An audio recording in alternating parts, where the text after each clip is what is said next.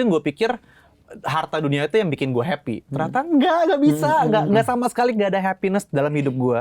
Dan akhirnya dikasih cobaan itu makin runtuh dong hidup gue. Iya. Semua yang gue pikir gue harus kejar, rasanya nggak ada gunanya. Punya uang sekian, punya properti sekian, punya harta sekian, saat lo dapat penyakit yang rasanya saat itu adalah penyakit yang paling ganas ya dalam seumur hidup gue. Nggak ada gunanya, nggak ada gunanya tuh 10 tahun, 12 tahun gue berkarya tuh apa gunanya kalau gue nggak bisa sehat dan nggak bisa menikmati itu semuanya gitu kan. Dan akhirnya gue bingung mau cerita sama siapa, gue nggak dekat sama keluarga gue nggak dekat sama siapapun, gue nggak punya pacar waktu itu, gue juga sama teman-teman rasanya jauh pokoknya jauh. Itu gue sholat, ya itu gue bilang gue sholatnya itu mungkin gue nggak mengerti ya semua arti-arti dari bacaan sholat gue, tapi gue baca semuanya dengan sangat amat perlahan. Dan di tengah-tengah sholat itu gue nangis sendirian di kamar hotel gue. Untuk pertama kalinya dalam situasi yang gue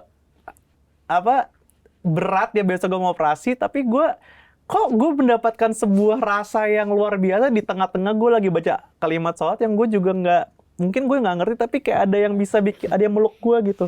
Dan akhirnya dari saat itu gue ngeliat sholat itu, dari hari itu gue sholat itu bukan karena gue kewajiban, tapi kayak sebagai tanda gue bersyukur setiap harinya gue dikasih, gue bisa nafas, gue bisa ketawa, gue bisa ketemu orang-orang luar biasa, gue masih dikasih journey yang luar biasa walaupun masih ada journey gue untuk kesehatan, cuman gue bersyukur karena kalau gue nggak sholat rasanya gue nggak bersyukur gitu. Jadi gue malu sama diri gue sendiri.